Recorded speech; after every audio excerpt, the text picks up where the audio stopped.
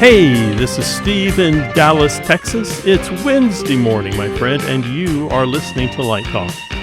This is Dennis, actually coming to you from the home office in beautiful Port Washington, New York, and you're listening to Light Talk. And this is David, coming to you from the beautiful Belmont Shore neighborhood of Long Beach, California. If you don't already know, you are listening to Light Talk, and we are the Lumen Brothers. Yay! Where's our sister? I was waiting for and sister, but our sister's not here today. Oh, where's Mom? She's throwing some fancy film festival down there in the Bermuda Triangle. And Nancy, what type of film festivals do they have in St. Bart's? they have the best film festivals because Ellen's in charge. Ah, okay. But anyway, welcome everyone. This is episode 474. Marching our way to 475. And we have, some very interesting news. Our brother Zach got a new job. Yay, where is he? Yay. Where is he? He's working. That's where Good he is. for him. So anyway, we found this out because this past week, Zach was interviewed by Live Design Online about his career and his new gig as drone show designer and producer with industry leader Image Engineering. So Zach's into drones. Wow. So why is this exciting for me? Because my dream may finally come true. It's not the AI programmable lighting console. It's the dream I've been talking about for almost 10 years since we started this crazy show. And that is... Drone Focus Deluxe. You're right, Drone Focus Deluxe. We have an inside line right to R&D Engineering to create the first drone-powered moving light. To hell with that. We need the margarita to-go machine backstage in Denver Beach. The drone picks up the margarita and brings it to the front of house console. I think that's an option. We have an extra drone. That's an accessory. A spare drone that can deliver the margaritas. And now I'm finally on board with this talking light board because I can be in the midst of the show and I go, console, bring me a drink. And it just orders the drone right up, and here it comes. All right. Speaking of AI-controlled light boards, I think I got a little dissed last week. I was not on the show last week, and I'm editing it. And I hear a lot of shade from you guys about my comment about AI-controlled light boards. You're absolutely right. It wasn't little. It was a lot. I want to tell you something. Copy fixture 15 into fixture 12. That means pan, tilt, intensity, color, right? Whatever parameters there are, that's all you do, right? And then there it is, and then you move it, and you have a duplicate of that fixture. How difficult is it to do that? And how long does it take to do that? It probably takes as long as, say, copy a fixture, blah, blah, blah. So it takes about 10 seconds, let's say, okay? Well, that's if the programmer knows exactly what to do. Then it could take a minute or 3 minutes or 5 minutes. If I had an AI-controlled lighting console, that would have happened as soon as I said it. So I rest my case. And you guys know it's going to happen. It's going to happen. Oh, yeah. We just don't know when. I can't bear to see you facing the shame of wearing a little headphone and microphone like those guys on, the Home Shopping Network, and you're like shouting controls to your console. Wait. I wear a headset anyway. Don't you wear a headset when you're designing a show? Hell no. Yeah, I avoid it if I can. It's telepathy. It is. Oh, I have to hear the stage manager calling the cues. I do. I have to hear them because that's a big part of it. I want to know if that cue is being called late or early, or on time. In 2 weeks, we have programmer extraordinaire Chris Lose, who programs for rock and roll for years and is an LD for rock and roll. We're going to have to get him to talk about this. He's not going to like me. I'm no longer Mr. Nice Guy when it comes to this. But we got to get started because we have a hard out today. Steve has a rehearsal. I have to take my wife to the Hypoberic Chamber. You go in that chamber with her? Is that No, they don't allow me in there with her, but I think the doctor wants to go in there with her. But that's a whole nother story. Okay, so Dennis, you have the first question of the day. Okay. The first question, I am a lighting cameraman whose bread and butter is shooting weddings and small corporate events. Lately, I've been asked to set up home studios, but clients want to sit in front of their picture windows using the outside view as their background. How do you deal with bright exteriors when you have a window behind the person on camera? Well, lighting cameraman, that is a true problem that exists for television broadcasting and films for years. What I usually try and do, and this came to a head during the pandemic, I probably did 40 or 50 home studios for various network shows and corporate executives. I try to work with the talent and not use the window. That's the main thing, because most of these people don't want to have any lights in their room, and you need lights. But if somebody tells me, oh, I'm going to do my podcast at 2 o'clock in the afternoon, and if I see a window in that room that has a southern exposure, my first reaction is, let's face the window. If you don't want lights, we'll use God's light to do the broadcast lighting. That being said, it usually doesn't happen. There's always issues with windows. The two major problems that you're going to have, and obviously have discovered, color and intensity. You'll have color temperature issues from the daylight pouring into the room that you may be able to adjust if you have color tunable fixtures or daylight fixtures, but you're inevitably going to have intensity or brightness problems. The sun outside, and let's say that window faces east and that broadcast is in the morning, that sun pouring in the window is going to kill you. And even the reverse, at the end of the day, if it faces west, the sun hitting either buildings, garages, or trees or something outside is going to exceed the contrast levels that you're going to have available, and you're going to need to correct for that. In terms of home studios, I always tried to keep things kind of simple, because you're dealing with people that don't have an understanding. But solar pollution is very difficult to control, and there's three basic methods that everyone uses. One is to apply some sort of neutral density film right to the window itself. Another method is to put some sort of a window shade with sun pollution control on the shade. And another method, which nobody in homes will probably have the wherewithal or the money, is to use an electronic polarization methods. All work. The least expensive and lowest profile and user-friendly is just to put a film on the window. There's many different films that are made by different companies like Lee, and Roscoe is one that I use. And there's two types of films that you would want to use. If you're going into color correction, where you want to correct that daylight, which is going to be around 5,500 degrees Kelvin, and you want to bring it down, if you're using tungsten lights, let's say to 3,000 Kelvin, you'd want to use what's called a full CTO. And Roscoe makes CTO standing for color temperature orange, is Roscoe Sun 8, the 1/8. They make a quarter, they make a half, and they make a full. A lot of times you can actually get the color correction with the neutral density built in. So if you get a Roscoe Sun, what's called N3, that has neutral density 3, which is the lowest of the levels. It's basically one stop.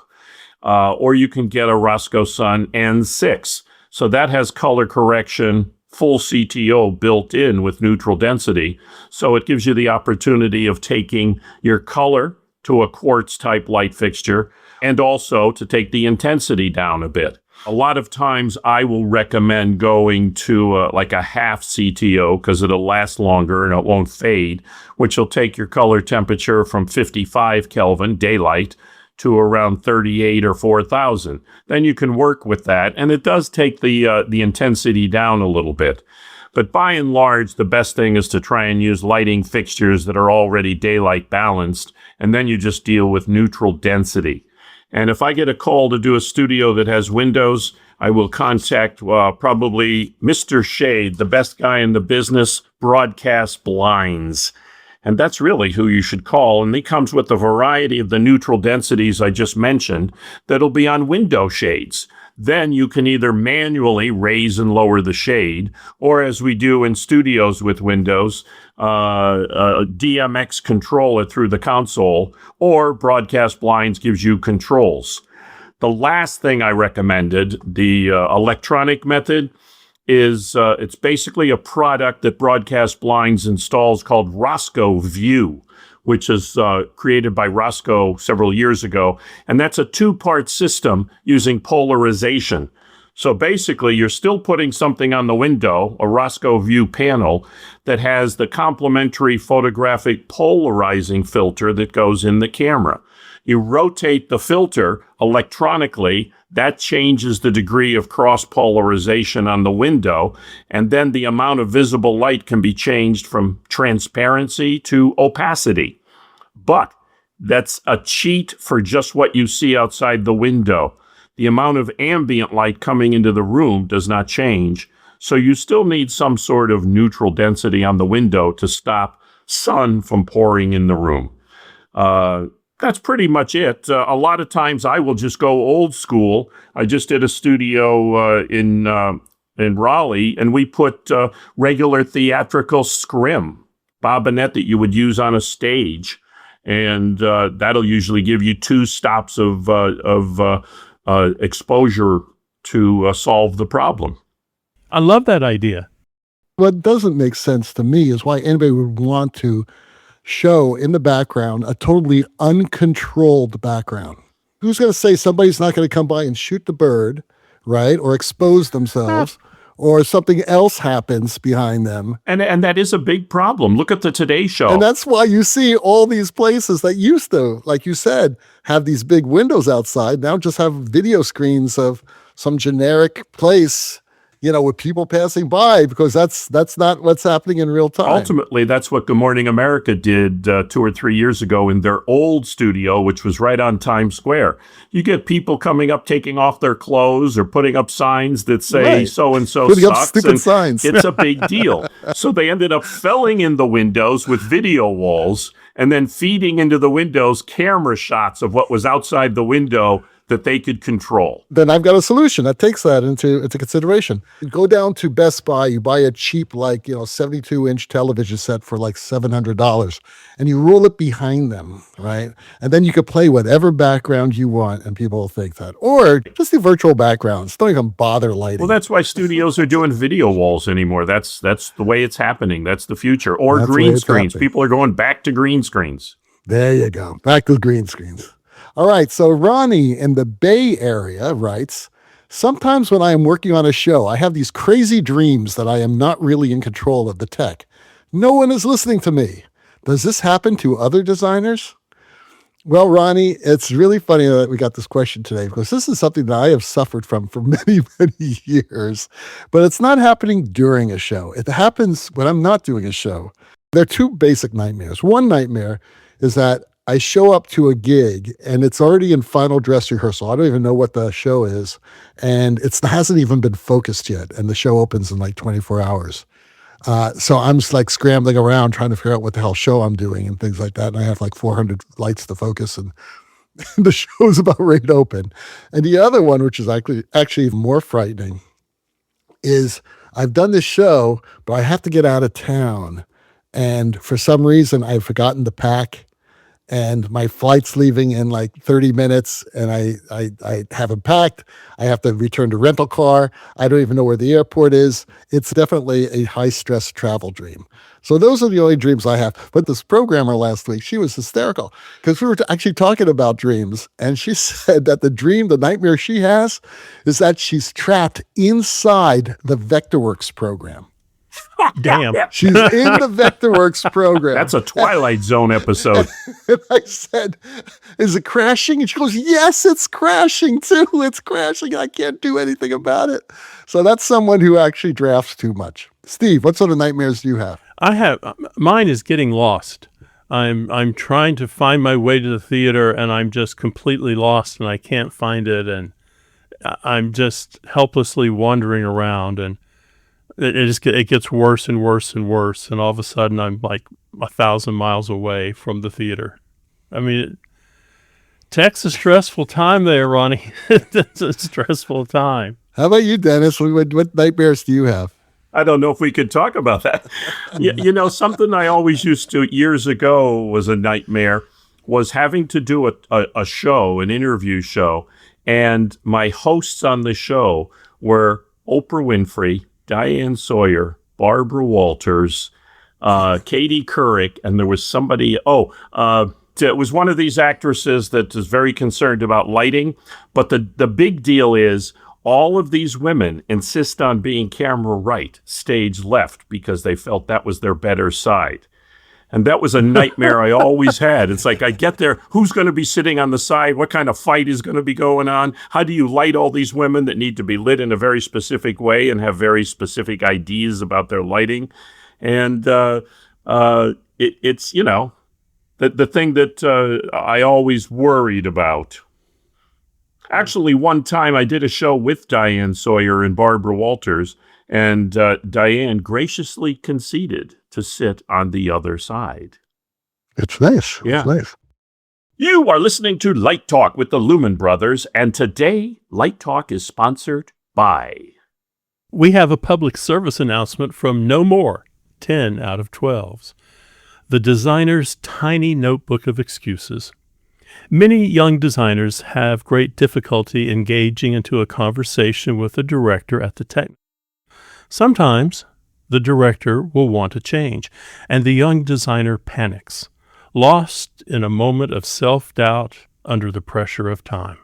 By referencing the designer's tiny notebook of excuses, you can pull yourself out of trouble.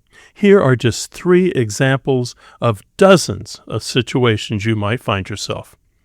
Number 1, the director has just said the stage feels too dark. The audience might struggle a bit to find the focus of the scene. Now, you might be tempted to increase levels, or you could calmly reply, well, that's intentional. It's a commentary on isolation. The idea is that we're exploring negative space through the absence of illumination because, well, absence is sometimes louder than presence. The audience should feel slightly uncomfortable. Now pause here. Just like you remembered something important and say, I think it was Robert Wilson who said comfort is the enemy of discovery. Number 2, perhaps the director says the cue felt a bit out of time the way it landed.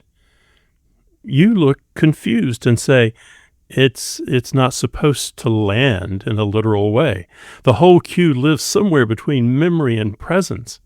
I'm really just letting the light breathe in this moment, letting the space inhale before anything interrupts it. We're honoring the shadows as active participants. They are not passive.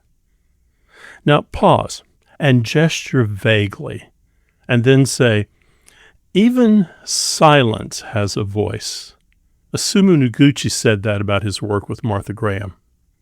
Now, what you just said makes no sense, but who is going to disagree with Noguchi? And finally, perhaps the director wants to completely change the look of the cue.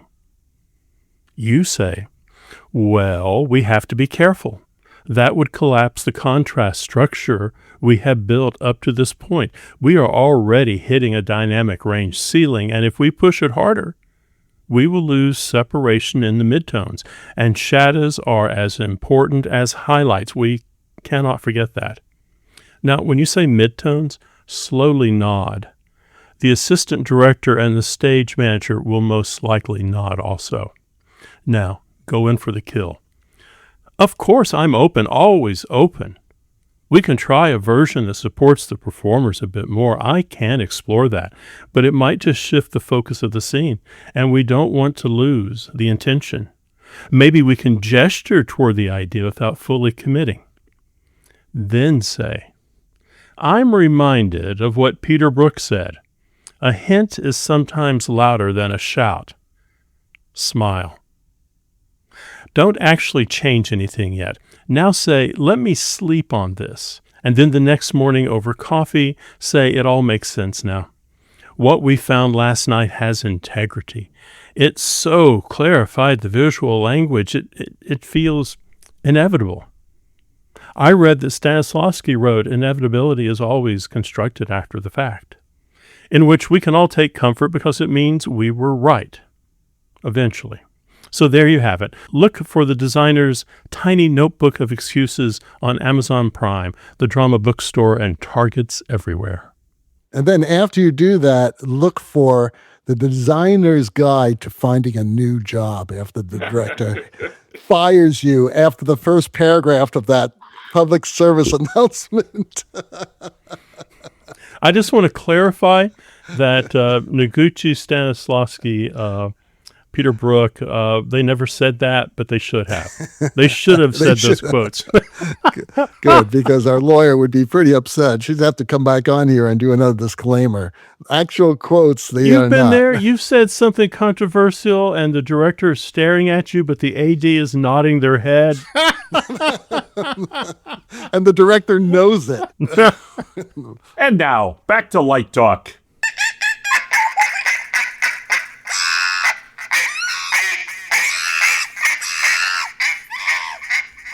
Well, the distant sound of drunken monkeys arguing about voter fraud, paired with the occasional thud of iguanas surrendering to gravity, while Stan, hard at work in his compound, is adjusting the hat on his yard gnome and shouting, "Get off my lawn," can only mean that once again it's time for Let's Talk About.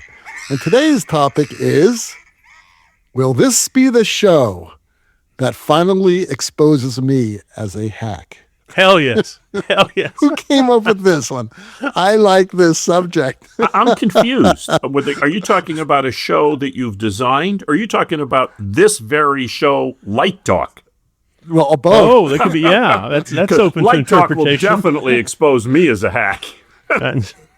And I was thinking when I read this question with this Let's Talk About subject, I was saying, it's not every show that's going to expose you as a hack. Yeah, right now the Emmy committee's marking a line through Dennis's name. It's a red line going right through it right now. No Emmys. I think that any creative person, and speaking as somebody who's been doing this for many decades, at my age and at my experience, I don't think there's a job I go into that I don't think, wow, how am I going to do this? What am I going to do? Are they going to know I have no idea what I'm doing? It goes back to the question about dreaming and nightmares, except it's a reality. And we're all creative artists. We're trying to do something new and different and trying to challenge ourselves every time. And how many times have you dug a hole for yourself and then later on, mid-show, it's like, holy shit, how am I going to get out of this? Well, I think everybody digs a hole every now and then. And you're right. It's how do you get out of it? How do you take that and develop it into something else? I think this idea of a show exposing you as a fraud, everybody goes through that. Everybody has self-doubt. But I think when you do get in trouble, it's about how you pivot and how you handle yourself and how you rally the crew around you and how do you honestly tell someone you've made a mistake. I think when you're trying to cover it up, that's when you get exposed as being a hack. If you're going to make a mistake, make it big and then stand behind it. I think Quentin Tarantino said that. I think when you remember back to the wonderful interview that we had with Ben Stanton, and he was talking about the Broadway show he did where he was trying things and it didn't work and he tried something else. And it doesn't mean that he's a hack. It just means he's a creative person who's recognizing that there's a better way of doing something. And we all go into this trying new things all the time. I remember that interview, and what I remember about it was that Ben was determined not to use follow spots. Right. But he was experienced enough that he put them on the call just in case. Mm-hmm. Absolutely. He had that ready to go to. There was also another fixture. I forget what it was. It might have been GLP impressions that he was using in the window boxes that didn't work. And he was able to pivot and make them work with another method that came off looking very attractive. But that's what we do as designers. And it's all part of exploration. But there's some things, sometimes you'll write a cue and it ain't going to work. It's just not going to. And then you, with grace and confidence, change it. And you turn to the director and say, something, I don't think this is going to work. And I'll tell you why. And then I think it'd be much more powerful coming from this other angle than this angle. And yeah, I know we talked about this, but I think we should have this and try that. And the director says, okay, give it a shot.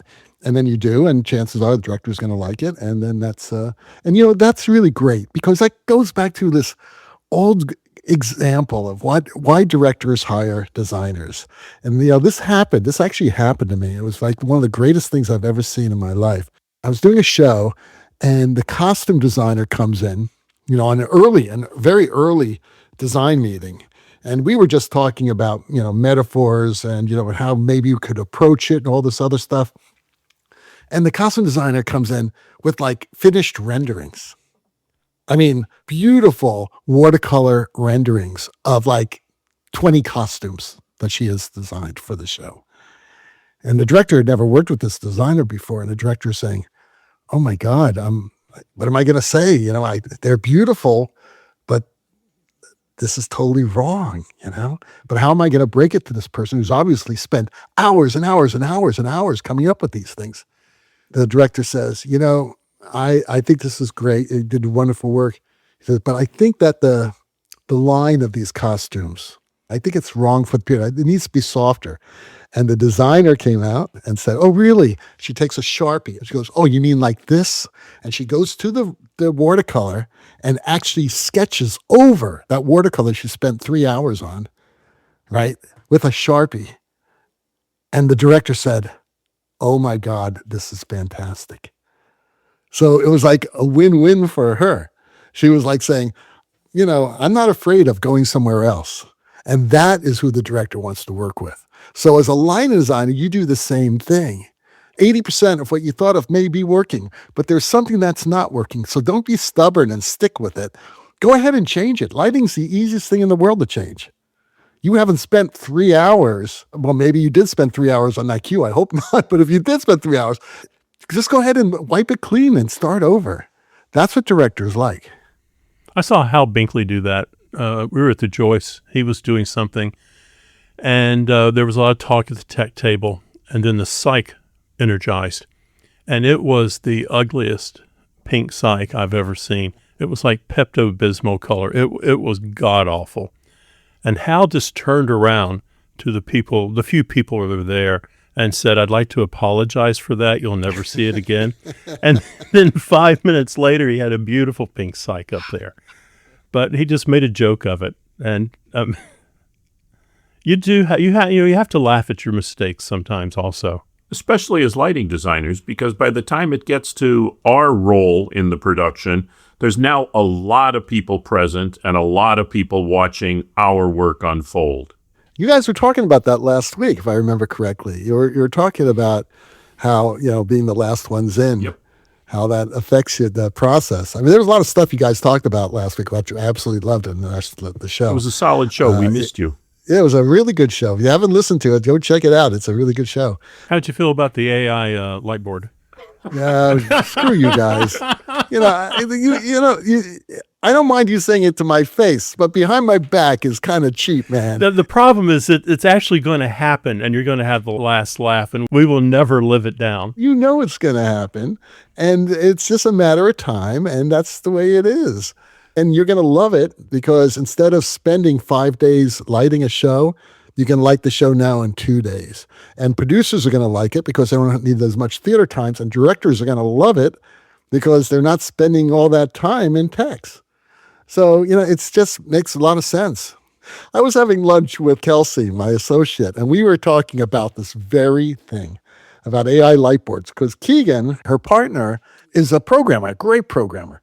So we were talking about this, and she said, yeah, I don't know, David, I don't know about that. And then all of a sudden, the student at USC walks by with a robotic dog following him. I'd never seen this before. And we both stop talking, we look at this, and this dog's going click, click, click, click, click, click, click, with its tail wagging back and forth. It's a robot. It looks like a robot. And I turned to her and I said, I rest my case. It's happening. It is. Well, Steve, you have the last question of the day. Okay. I was so enthralled there, I wasn't paying attention. But the dog? Yeah.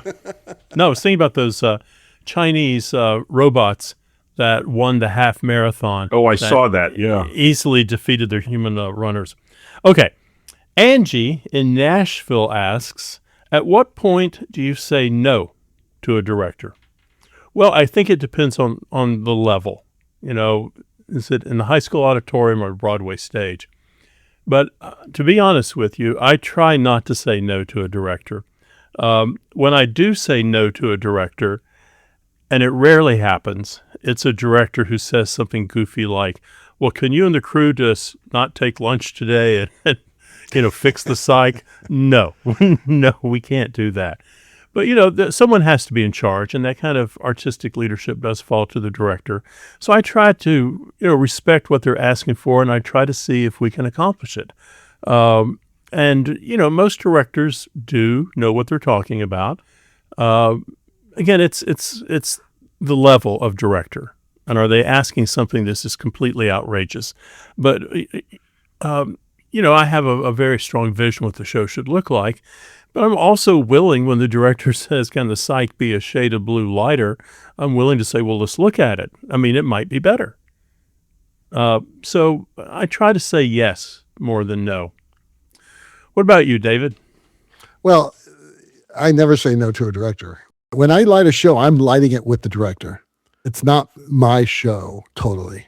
The director is responsible for everything about the show. And also the directors I work with, I enjoy lighting with them too. So there's a lot of things like Paul or Ken would say, what if we tried going black here? Okay, let's do it. And a lot of times they're right. You know what I mean? But if it's like a difference of opinion, the director always wins. And that's the way it should be, because that's the hierarchy of the theater. And you just have to accept it. In an artistic, collaborative relationship that you're having with the director lighting the show, then yes, I mean, let's try whatever they want. They don't like it, let's try another way. I've trusted these directors over the years, and they are usually right. Dennis, what about you in your world? In both the theatrical world and the broadcast world, I would have to say, riffing off what David said, artistically, I don't think I've ever said no to a director. Sometimes I'll think in my mind what a dumb thought that is, but it's the director. And as David said, it's his artistic vision. And so I will definitely try and make it work. Many people will say, oh yeah, Dennis, he always argues with directors. And I do have that reputation, but it's never with anything artistic. It's usually a director who will come up with something that needs to happen at the last minute. And I won't say no, but I'll say, okay, we can make that happen, but that's going to involve another 3 or 4 hours of overtime. We're probably going to have to come in early tomorrow. I try to explain the reasons why I didn't do it that way to begin with. And it's usually mechanical things or something that's going to destroy a budget or something that's going to affect something else on one of the other collaborators. But artistically, I don't think one should ever say no to a director. And I've been fortunate enough to work with a lot of directors who bring me on board because we think alike. And as David said, if he's working with a good friend like Paul, they think alike and they're in simpatico with the creative energy of the show. So if you're inclined to be in a scenario where you're always going to want to say no to the director, you're really working with the wrong director. Yeah. And I think that if indeed you don't agree with the director, the director gets their way and you support it. That's just the hierarchy, and it's okay. They're the director. I don't want their job. Their job, they have to deal with actors. I don't want to deal with actors, right? I like to deal with a group of people to create art, whether it's with a bass player, drummer, singer, guitar player, me, or if it's with a director, a costume designer, projection designer, drone designer. That's what I like doing. It's interesting in thinking back over my career, there have been a few times where I've had director conflicts, but everybody else has also. And one time in particular, launching a new talk show, within about a week before the show launched, the director was fired and another director was brought in, who then kind of got the whole team together because the previous director couldn't get anybody to understand what it was he wanted. Well, I think this starts in college too. You know, if you're a young lighting designer, you're desperately trying to get your show on stage. And if you're working with a young student director, they're trying to desperately get their show on stage. You have to occasionally walk in that director's shoes. And this is a great opportunity to find how to negotiate ego, how to find compromise, how to communicate. As David says, a group of people collectively trying to do something on stage that's bigger than they are individually. I think you never go down that slippery slope road of deciding that you're the only person in the theater who really knows, who really understands. Agreed. Agreed. Okay, on that note of agreement, let's get out of here. I hear music. Yes, I do too. The rocking sounds of the Luminoids tell us that once again you've spent another Wednesday morning listening to Light Talk.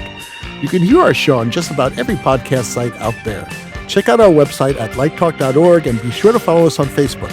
And don't forget to subscribe to our podcast. That way you will not miss a second of Light Talk insanity. No guarantee is offered regarding the accuracy of any statements or opinions made on this podcast. However, if you do decide to litigate, you will have to deal with me, Snoot from the Snoot Group.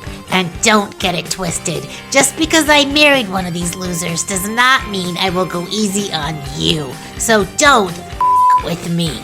Light Talk, coming to you from the beautiful and vibrant Belmont Shore neighborhood of Long Beach, California, where Snoot shops at the lovely little stores on 2nd Street. Also from the Lone Star State and the entertainment capital of the world, New York City. Wait.